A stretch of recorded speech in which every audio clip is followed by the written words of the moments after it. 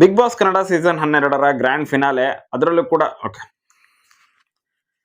Big Boss ನ grand finale ವಾರದಂದು ಮಂಗಳವಾರ ಸಂಜೆ 6 ಗಂಟೆ ತನಕ ಮಾತ್ರನೇ ವೋಟಿಂಗ್ ಲೈನ್ಸ್ಗಳು ಓಪನ್ ಇರ್ತವೆ. ಯಾಕಂತ ಹೇಳಿದ್ರೆ ಗ್ರ್ಯಾಂಡ್ ಫಿನಾಲೆ ಆಗಿರೋದ್ರಿಂದ ಈ ವಾರದಲ್ಲಿ ವೋಟಿಂಗ್ ರಿಸಲ್ಟ್ ಅಲ್ಲಿ ಸಿಕ್ಕಾಪಟ್ಟೆ ಏರುಪೇರುಗಳಾಗ್ತಾನೆ ಇರ್ತವೆ. ಇವತ್ತು ಬೆಳ್ಳಂಬೆಳಿಗ್ಗೆ ಅಂದ್ರೆ ಸೋಮವಾರ ಬೆಳ್ಳಂಬೆಳಿಗ್ಗೆ ವೋಟಿಂಗ್ ರಿಸಲ್ಟ್ ನ ಬಗ್ಗೆ ಈಗಾಗಲೇ ವಿಡಿಯೋ ಮಾಡಿದ್ದೆ. ಸೋಮವಾರ ಬೆಳಿಗ್ಗೆ 7 ಗಂಟೆಯ ಒಂದು ವೋಟಿಂಗ್ ರಿಸಲ್ಟ್ ನ ಮಾಹಿತಿ ಅದಾಗಿತ್ತು.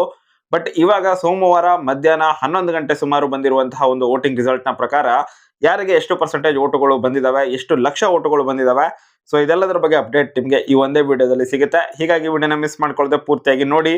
ಮತ್ತು ಚಾನಲ್ ಅನ್ನ ಫಸ್ಟ್ ಟೈಮ್ ವಿಸಿಟ್ ಮಾಡಿದೀರಾ ಅಥವಾ ಇನ್ನೂ ತನಕ ಕೂಡ ಸಬ್ಸ್ಕ್ರೈಬ್ ಮಾಡ್ಕೊಂಡಿಲ್ಲ ಅಂತ ಹೇಳಿದ್ರೆ ಮಿಸ್ ಮಾಡದೆ ಎಲ್ಲರೂ ಕೂಡ ಈಗಲೇ ಚಾನಲ್ ಅನ್ನ ಸಬ್ಸ್ಕ್ರೈಬ್ ಮಾಡ್ಕೊಳ್ಳಿ. ಪಕ್ಕದಲ್ಲಿ ಒಂದು ನೋಟಿಫಿಕೇಶನ್ ಬೆಲ್ ಕೂಡ ಇರುತ್ತೆ, ಕ್ಲಿಕ್ ಮಾಡಿ ಆಲ್ ಅಂತ ಸೆಟ್ ಮಾಡಿ. ಇನ್ನು ನೇರವಾಗಿ ವಿಷಯಕ್ಕೆ ಬರೋಣ. ಕೊನೆಯ ಪ್ಲೇಸ್ 6ನೇ ಪ್ಲೇಸ್ ಅಲ್ಲಿರುವಂತಹ ಧ್ರುವಂತ್ ಅವರಿಗೇನೆ ಬರೋಬ್ಬರಿ 1,02,362 ವೋಟುಗಳು ಬಂದಿರುವಂತದ್ದು ಕ್ರೇಜಿ ಅಂತಾನೆ ಹೇಳ್ಬಹುದು. ಕೊನೆಯ ಪ್ಲೇಸ್ ಅಲ್ಲಿರುವಂತಹ ಸ್ಪರ್ಧಿಗೂ ಕೂಡ ವೋಟಿಂಗ್ ಲೈನ್ಸ್ಗಳು ಓಪನ್ ಆಗಿ ಇನ್ನು 12 ಗಂಟೆ ಕೂಡ ಆಗಿಲ್ಲ, ಅಷ್ಟು ಒಳಗಡೆನೆ 1 ಲಕ್ಷ ವೋಟುಗಳು ಬಂದಿದ್ದಾವೆ ಅಂತ ಹೇಳಿದ್ರೆ ನಿಜಕ್ಕೂ ಕ್ರೇಜಿ ಅಂತಾನೆ ಹೇಳ್ಬಹುದು. ಇನ್ನು ಅಶ್ವಿನಿ ಗೌಡ ಅವರು 5ನೇ ಪ್ಲೇಸ್ ಅಲ್ಲಿದ್ದಾರೆ. ಅವರಿಗೆ 6ನೇ ಪ್ಲೇಸ್ ಅಲ್ಲಿರುವಂತಹ ಧ್ರುವಂತ್ ಅವರಿಗಿಂತನೂ ಒಳ್ಳೆಯ ಲೀಡ್ ಸಿಕ್ಕಿರುವಂತದ್ದು. ಬರೋಬ್ಬರಿ 2,89,738 ವೋಟುಗಳು ಇವರಿಗೆ ಜಾಸ್ತಿ ಬಂದಿದೆ. ಸೊ ಹೀಗಾಗಿ ಅಶ್ವಿನಿ ಗೌಡ ಅವರು 5ನೇ ಪ್ಲೇಸ್ ಅಲ್ಲಿದ್ದು ಅವರಿಗೆ 3,92,100 ವೋಟುಗಳು ಬಂದಿದ್ದಾವೆ.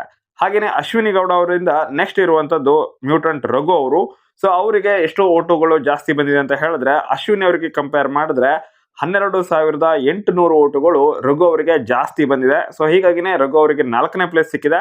ಹಾಗೆಯೇ 4ನೇ ಪ್ಲೇಸ್ ಅಲ್ಲಿರುವಂತಹ ಮ್ಯೂಟೆಂಟ್ ರಘು ಅವರಿಗೆ 4,04,900 ವೋಟುಗಳು ಇವರಿಗೆ ಸಿಕ್ಕಿರುವಂತದ್ದು ಕ್ರೇಜಿ ವೋಟ್ ಅಂತಾನೆ ಹೇಳ್ಬಹುದು. ಆದ್ರೆ ಅಷ್ಟೊಂದೇನು ದೊಡ್ಡ ಮಟ್ಟದಲ್ಲಿ ಡಿಫ್ರೆನ್ಸ್ ಇಲ್ಲ ಅಶ್ವಿನಿ ಗೌಡ ಮತ್ತೆ ಮ್ಯೂಟೆಂಟ್ ರಘು ಅವರಿಗೆ. ಕೇವಲ 12,500 ಅಥವಾ ಒಂದು 13,000 ಹತ್ತತ್ರ ವೋಟಿಂಗ್ ಡಿಫ್ರೆನ್ಸ್ ಇದೆ ಅಷ್ಟೇನೆ, ಜಾಸ್ತಿ ಡಿಫ್ರೆನ್ಸ್ ಏನೂ ಇಲ್ಲ. ಬಟ್ ಇದಾದ ನಂತರ ಸಖತ್ ಇಂಟ್ರೆಸ್ಟಿಂಗ್ ಆಗಿ ಹೋಗ್ತಾ ಇರೋದು ರಘು ಮತ್ತು ಕಾವ್ಯ. ಸೊ ಇವರ ನಡುವೆ ಇರುವಂತಹ ಒಂದು ಡಿಫ್ರೆನ್ಸ್. ಸೊ ಆ ಒಂದು ವಿಷಯಕ್ಕೆ ಬರೋದಾದ್ರೆ ರಘು ಮತ್ತೆ ಕಾವ್ಯ ಅವರಿಗೆ ಕೇವಲ 600 ವೋಟುಗಳ ಡಿಫ್ರೆನ್ಸ್ ಇದೆ, ಅತ್ಯಂತ ಕಡಿಮೆ ಮಟ್ಟದಲ್ಲಿ ಡಿಫ್ರೆನ್ಸ್ ಇರುವಂತದ್ದು. ಸೊ ಹೀಗಾಗಿನೇ ಇಲ್ಲಿ ಕಾವ್ಯ ಅವ್ರಿಗೆ ಬಂದಿರೋ ವೋಟ್ ಎಷ್ಟಪ್ಪ ಅಂತ ಹೇಳಿದ್ರೆ 4,05,500 ವೋಟುಗಳು. ಸೊ ಕೇವಲ 600 ವೋಟುಗಳಿಂದ ಹಿಂದೆ ಉಳ್ಕೊಂಡಿದ್ದಾರೆ ರಘು ಅವರು. ಮೋಸ್ಟ್ಲಿ ರಘು ಅವರು 3ನೇ ಪ್ಲೇಸಿಗೆ ಬಂದರೂ ಬರಬಹುದು, ಚಾನ್ಸಸ್ ಅಂತೂ ಇದ್ದೇ ಇದೆ. ಇನ್ನು ಸೆಕೆಂಡ್ ಪ್ಲೇಸ್ ಅಲ್ಲಿರುವಂತಹ ರಕ್ಷಿತಾ ಶೆಟ್ಟಿ ಅವರು. ಸೊ ಇವರು ಕಾವ್ಯ ಶೈವ ಅವರಿಗಿಂತನೂ ಬರೋಬ್ಬರಿ 2,86,246 ವೋಟುಗಳನ್ನು ಗಳಿಸ್ಕೊಂಡಿದ್ದಾರೆ, ಜಾಸ್ತಿ ವೋಟುಗಳಿದು. ಸೊ ಕಾವ್ಯ ಅವರಿಗಿಂತ ಎಷ್ಟು ಜಾಸ್ತಿ ವೋಟುಗಳು, 2,86,246 ವೋಟುಗಳು ಜಾಸ್ತಿ ಬಂದಿದೆ ರಕ್ಷಿತಾ ಶೆಟ್ಟಿ ಅವರಿಗೆ. ಸೊ ಹೀಗಾಗಿ ಅವರಿಗೆ 2ನೇ ಪ್ಲೇಸ್ ಸಿಕ್ಕಿದೆ.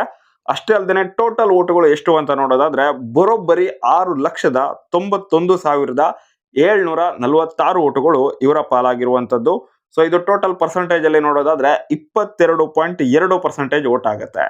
ಕ್ರೇಜಿ ಅಂತಾನೆ ಹೇಳ್ಬಹುದು. ಬಟ್ ಇದೆಲ್ಲದಕ್ಕಿಂತ ಇನ್ನೂ ಕ್ರೇಜಿ ಆಗಿರೋ ವಿಷಯ ಯಾವ್ದಪ್ಪ ಅಂತ ಹೇಳಿದ್ರೆ ರಕ್ಷಿತಾ ಅವರಿಗಿಂತ ಇಲ್ಲಿ ಗಿಲ್ಲಿ ಅವರಿಗೆ ಬಂದಿರುವಂತಹ ವೋಟುಗಳು ಎಷ್ಟು ಜಾಸ್ತಿ ಇದೆ ಅಂತ ಒಂದ್ಸಲ ನೋಡೋದಾದ್ರೆ 4,13,568 ವೋಟುಗಳು ಗಿಲ್ಲಿ ನಟ ಅವರಿಗೆ ಬಂದಿದೆ. ಸೊ ಕ್ರೇಜಿ ದೊಡ್ಡ ಮಟ್ಟದಲ್ಲೇ ಬಂದಿರುವಂತಹ ವೋಟುಗಳಿದು. ಸೊ ಹೀಗಾಗಿ ಟೋಟಲ್ ಆಗಿ ಇವಾಗ ಗಿಲ್ಲಿ ಅವರು 1 ಮಿಲಿಯನ್ ಅನ್ನ ಕ್ರಾಸ್ ಮಾಡಿದ್ದಾರೆ, 1 ಮಿಲಿಯನ್ ವೋಟ್ ಅನ್ನ ಕ್ರಾಸ್ ಮಾಡಿದ್ದಾರೆ. 11,15,314 ವೋಟುಗಳು ಗಿಲ್ಲಿ ನಟ ಅವರ ಪಾಲಾಗಿದೆ. ಮೋಸ್ಟ್ಲಿ ಕಳೆದ ಸಲದ ಒಂದು ರೆಕಾರ್ಡ್ ಅನ್ನ ಬೀಟ್ ಮಾಡೋ ಸಾಧ್ಯತೆ ಕಾಣಿಸ್ತಾ ಇದೆ. ನೋಡೋಣ ಎಷ್ಟು ದೊಡ್ಡ ಮಟ್ಟದ ಅಂತರದಲ್ಲಿ ಅಥವಾ ಎಷ್ಟು ಹೆಚ್ಚು ವೋಟುಗಳನ್ನು ಗಳಿಸ್ಕೊಂಡು ಗಿಲ್ಲಿ ಅವರು ವಿನ್ ಆಗಬಹುದು ಅಂತ ಹೇಳಿ. ನನ್ನ ಪ್ರಕಾರ ಅವರೇನೆ ವಿನ್ ಆಗ್ತಾರೆ. ಇವಾಗಿನ ವೋಟಿಂಗ್ ಕ್ರೇಜ್ ಅನ್ನ ನೋಡ್ತಾ ಇದ್ರೆ ಸಿಕ್ಕಾಪಟ್ಟೆ ವೋಟುಗಳು ಬರ್ತಾ ಇದಾವೆ. ಇದೇ ರೀತಿಯಾಗಿ ಕಂಟಿನ್ಯೂ ಆಗ್ಲಿ.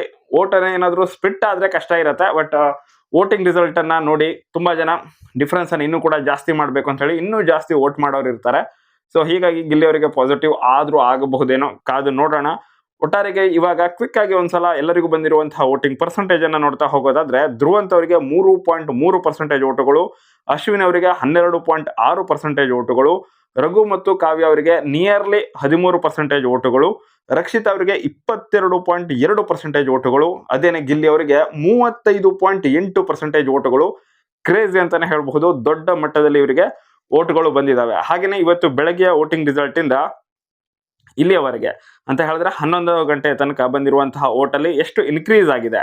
ಸೊ ಅದ್ರ ಬಗ್ಗೆ ಮಾತಾಡೋದಾದ್ರೆ ಧ್ರುವಂತ್ ಅವರ ವಿಷಯಕ್ಕೆ ಬರೋದಾದ್ರೆ ಅವರಿಗೆ ಈ ಒಂದು ಸ್ಲಾಟ್ ಅಲ್ಲಿ ಅಂದ್ರೆ ಬೆಳಿಗ್ಗೆ 7 ಗಂಟೆಯಿಂದ ಇಲ್ಲಿಯ ತನಕ ಬರೋಬ್ಬರಿ 53,618 ಓಟುಗಳು ಜಾಸ್ತಿ ಬಂದಿದ್ದಾವೆ. ಬೆಳಿಗ್ಗೆ 7 ಗಂಟೆಯಿಂದ 11 ಗಂಟೆ ಅಂದ್ರೆ 4 ಗಂಟೆ ಅವಕಾಶ ಇತ್ತು. ಆ ಸಮಯದಲ್ಲಿ 53,618 ಓಟುಗಳು ಬಂದಿದ್ದಾವೆ. ಅಶ್ವಿನಿ ಗೌಡ ಅವರಿಗೆ ಈ ಒಂದು ಸ್ಲಾಟ್ ಅಲ್ಲೇನೆ 2,10,000 ಓಟುಗಳು ಜಾಸ್ತಿ ಬಂದಿದ್ದಾವೆ ಅಂತಾನೆ ಹೇಳಬಹುದು. ಇನ್ನು ಮ್ಯೂಟೆಂಟ್ ರಘು ಅವರಿಗೆ ಈ ಒಂದು ಸ್ಲಾಟ್ ಅಲ್ಲಿ 2,16,450 ಓಟುಗಳು ಜಾಸ್ತಿ ಬಂದಿದ್ದಾವೆ. ಹಾಗೇನೆ ಬೆಳಗ್ಗೆಯಿಂದ ಮಧ್ಯಾಹ್ನ 11 ಗಂಟೆ ತನಕ ಕಾವ್ಯ ಅವರಿಗೆ 2,10,300 ಓಟುಗಳು ಜಾಸ್ತಿ ಬಂದಿದ್ದಾವೆ.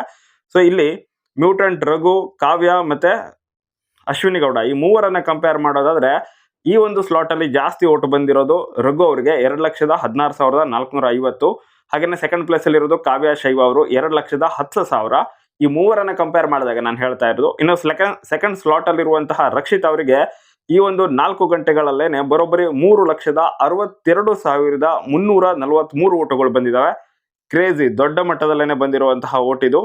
ಹಾಗೇನೆ ನಂಬರ್ 1 ಪ್ಲೇಸ್ ಅಲ್ಲಿರುವಂತಹ ಗಿಲ್ಲಿ ಅವರಿಗೆ 4 ಗಂಟೆಗೆನೆ ಬರೋಬ್ಬರಿ 5,84,212 ಓಟುಗಳು ಬಂದಿದ್ದಾವೆ. ಇದರರ್ಥ ಪ್ರತಿ ಗಂಟೆಗೆ 1 ಲಕ್ಷಕ್ಕಿಂತ 1.5 ಲಕ್ಷ ಸುಮಾರು ಓಟುಗಳು ಇವರಿಗೆ ಬಂದಿದ್ದಾವೆ ಅಂತಾನೆ ಹೇಳ್ಬಹುದು. ತುಂಬಾನೇ ಒಳ್ಳೆಯ ರೀತಿಯಲ್ಲಿ ಇವರಿಗೆ ಸಪೋರ್ಟ್ ಸಿಗ್ತಾ ಇದೆ. ನೋಡೋಣ ಎಷ್ಟು ದೊಡ್ಡ ಮಟ್ಟದಲ್ಲಿ ಲೀಡ್ ಆಗುತ್ತೆ ಅಂತ ಹೇಳಿ. ಬಿಗ್ ಬಾಸ್ ಅವರು ಈ ಸಲ ಕಿಚ್ಚನ ಒಂದು ಸೀಸನ್ ನ ಚಪ್ಪಾಳೆಯನ್ನ ಗಿಲ್ಲಿಗೆ ಕೊಡದೇ ಇರೋದರ ಪರಿಣಾಮ ಇದು ಅಂತ ಕಾಣಿಸುತ್ತೆ. ಒಂದ್ ರೀತಿಯಾಗಿ ಕಿಚ್ಚ ಸುದೀಪ್ ಅವರು ಧ್ರುವಂತ್ ಅವರಿಗೆ ಕಿಚ್ಚನ ಒಂದು ಸೀಸನ್ ನ ಚಪ್ಪಾಳೆಯನ್ನ ಕೊಟ್ಟಿದ್ದು ಗಿಲ್ಲಿ ಅವರಿಗೆ ಪಾಸಿಟಿವ್ ಆಗ್ತಾ ಇದೆ. ಅವರ ಫ್ಯಾನ್ಸ್ ಎಲ್ಲ ಎಚ್ಚೆತ್ತುಕೊಂಡು ಈ ರೀತಿಯಾಗಿನೇ ಹೋದ್ರೆ ಪಕ್ಕಾ ಗಿಲ್ಲಿನ ಸೋಲಿಸ್ತಾರೆ ಅಂತ ಹೇಳಿ ಎಲ್ಲರೂ ಕೂಡ ಒಟ್ಟಾಗಿ ಗಿಲ್ಲಿಗೆ ವೋಟ್ ಮಾಡ್ತಾ ಇರೋದು ಇದರಿಂದ ಕ್ಲಿಯರ್ ಆಗಿ ಕಾಣಿಸ್ತಾ ಇದೆ. ಸೊ ವೋಟ್ಗಳು ಡಿವೈಡ್ ಆಗದೇನೆ ಈ ಮೊದಲು ಕಾವ್ಯ ಅವ್ರಿಗೆ ಸ್ವಲ್ಪ ಹೋಗ್ತಾ ಇತ್ತು, ರಘು ಅವ್ರಿಗೆ ಸ್ವಲ್ಪ ಹೋಗ್ತಾ ಇತ್ತು. ಬಟ್ ಇವಾಗ ಫಿನಾಲೆ ಆಗಿರೋದ್ರಿಂದ ಕೇವಲ ಗಿಲ್ಲಿ ಮೇಲೆ ಫೋಕಸ್ ಮಾಡಿದ್ದಾರೆ ಅನ್ನೋದು ಕ್ಲಿಯರ್ ಆಗಿ ಕಾಣಿಸ್ತಾ ಇದೆ. ಹಾಗೆಯೇ ರಕ್ಷಿತ್ ಅವರ ಫ್ಯಾನ್ಸ್ ಕೂಡ ಅಷ್ಟೇನೆ ತುಂಬಾನೇ ಒಳ್ಳೆಯ ರೀತಿಯಲ್ಲಿ ಸಪೋರ್ಟ್ ಮಾಡ್ತಾ ಇದ್ದಾರೆ ರಕ್ಷಿತ್ ಅವರಿಗೆ. ಗಿಲ್ಲಿ ಅವರ ಬೆನ್ ಹಿಂದೆನೇ ಇದ್ದಾರೆ ರಕ್ಷಿತ್ ಅವರು. 3,62,000 ಓಟುಗಳು ಬಂದಿದ್ದಾವೆ ಕೇವಲ 4 ಗಂಟೆಲಿ ಅಂತ ಹೇಳಿದ್ರೆ ಆಲ್ಮೋಸ್ಟ್ 90,000 ನಿಯರ್ ಓಟ್ಗಳು ಬರ್ತಾ ಇದ್ದಾವೆ 1 ಗಂಟೆಗೆನೆ. ಕ್ರೇಜಿ ದೊಡ್ಡ ಮಟ್ಟದಲ್ಲೇನೆ ಸಪೋರ್ಟ್ ಇದೆ ಅನ್ನೋದು ಕ್ಲಿಯರ್ ಆಗಿ ಇದರಿಂದ ಗೊತ್ತಾಗ್ತಾ ಇದೆ. ಇನ್ನು ಧ್ರುವಂತ್ ಅವರಂತೂ ಕೊನೆ ಪ್ಲೇಸ್ ಅಲ್ಲಿ ಇದ್ದಾರೆ. ಬಟ್ ಅಶ್ವಿನಿ, ಕಾವ್ಯ, ರಘು ಅವರಂತೂ ಸಖತ್ ಫೈಟ್ ಕೊಡ್ತಾ ಇದ್ದಾರೆ 3ನೇ ಪ್ಲೇಸಿಗೆ. ಸದ್ಯಕ್ಕೆ ಕಾವ್ಯ ಅವರು 3ನೇ ಪ್ಲೇಸ್ ಅಲ್ಲಿ ಇದ್ದಾರೆ. ಹಾಗೇನೆ 4ನೇ ಪ್ಲೇಸ್ ಅಲ್ಲಿ ರಘು ಅವರು ಇದ್ದಾರೆ. ಬಟ್ ಕೇವಲ 600 ಓಟುಗಳ ಡಿಫರೆನ್ಸ್ ಇದೆ ಅಷ್ಟೇನೆ. ಹಾಗೇನೆ ರಘು ಅವರಿಂದ ಅಶ್ವಿನಿ ಗೌಡ ಅವರಿಗೆ ಕೇವಲ ಒಂದು 13,000 ಆಸುಪಾಸು ಓಟುಗಳ ಡಿಫರೆನ್ಸ್ ಇದೆ ಅಷ್ಟೇನೆ. ಸೊ ಹೀಗಾಗಿ ಈ ಸಲದ ಒಂದು ವೋಟಿಂಗ್ ರಿಸಲ್ಟ್ ಫಿನಾಲೆಯ ವೋಟಿಂಗ್ ರಿಸಲ್ಟ್ ಏನಿದೆ ಸಖತ್ ಇಂಟ್ರೆಸ್ಟಿಂಗ್ ಆಗಿ ಹೋಗ್ತಾ ಇರುವಂತದ್ದು. ನಾನಂತೂ ಸಖತ್ ಎಕ್ಸೈಟೆಡ್ ಆಗಿದ್ದೀನಿ. ಮೋಸ್ಟ್ಲಿ ಇವತ್ತು 2 ಗಂಟೆ ಮಧ್ಯಾಹ್ನ 2 ಗಂಟೆ ಸುಮಾರು ಒಂದು ವೋಟಿಂಗ್ ರಿಸಲ್ಟ್ ಮಾಹಿತಿ ಸಿಗಬಹುದು. ಸಿಕ್ಕರೆ ಅವಾಗ ವಿಡಿಯೋ ಮಾಡ್ತೀನಿ. ಇಲ್ಲ ಅಂತ ಹೇಳಿದ್ರೆ ಸ್ವಲ್ಪ ಲೇಟ್ ಆದ್ರೆ ಲೇಟಾಗಿ ವಿಡಿಯೋ ಬರುತ್ತೆ. ಬಟ್ ಮಾಹಿತಿ ಅಂತೂ ಸಖತ್ತಾಗಿರುತ್ತೆ. ನೀವು ವೇಟ್ ಮಾಡಿ ನೋಡಿ. 100% ಪಕ್ಕ ಮಾಹಿತಿ ನಿಮ್ಗೆ ಇದರಲ್ಲಿ ಸಿಕ್ಕೇ ಸಿಗುತ್ತೆ. ಹಾಗೇನೆ ವೋಟಿಂಗ್ ರಿಸಲ್ಟ್ಗೋಸ್ಕರ ಯಾರೆಲ್ಲ ವೇಟ್ ಮಾಡ್ತಾ ಇದ್ದೀರಾ ದಯವಿಟ್ಟು ಕಮೆಂಟ್ ಬಾಕ್ಸಲ್ಲಿ ಕಮೆಂಟ್ ಮಾಡಿ. ಹಾಗೇನೆ ತುಂಬಾನೇ ವಿಡಿಯೋಸನ್ನು ಮಾಡ್ತಾ ಇರ್ತೀನಿ ಈ ಒಂದು ಫಿನಾಲೆ ವೀಕಲ್ಲಿ ವೋಟಿಂಗ್ ರಿಸಲ್ಟ್ಗೆ ಸಂಬಂಧಪಟ್ಟ ಹಾಗೆ ಮಿಡ್ ವೀಕ್ ಎಲಿಮಿನೇಷನ್ಗೆ ಸಂಬಂಧಪಟ್ಟ ಹಾಗೆ. ಸೊ ಹೀಗಾಗಿ ನಿಮ್ಮ ಸಪೋರ್ಟ್ ತುಂಬಾನೇ ಇಂಪಾರ್ಟೆಂಟ್. ಆದಷ್ಟು ವಿಡಿಯೋಗೆ ಲೈಕ್ ಮಾಡಿ. ಎಲ್ಲ ಫ್ರೆಂಡ್ಸ್ ಜೊತೆ ಈ ವಿಡಿಯೋನ ಶೇರ್ ಮಾಡ್ಕೊಳ್ಳೋದನ್ನ ಮರಿಬೇಡಿ. ಆದಷ್ಟು ಲೈಕ್ ಮಾಡ್ರಪ್ಪ. ಇಷ್ಟೇನೆ ನಾನು ಕೇಳ್ಕೊಳ್ಲಿಕ್ಕೆ ಆಗೋದು. ನಿಮ್ಗೆ ಬೇಕಾಗಿರೋ ವೋಟಿಂಗ್ ರಿಸಲ್ಟ್ ಮಾಹಿತಿ ನನ್ನ ಕಡೆಯಿಂದ ಸಿಗ್ತಾ ಇರುತ್ತೆ.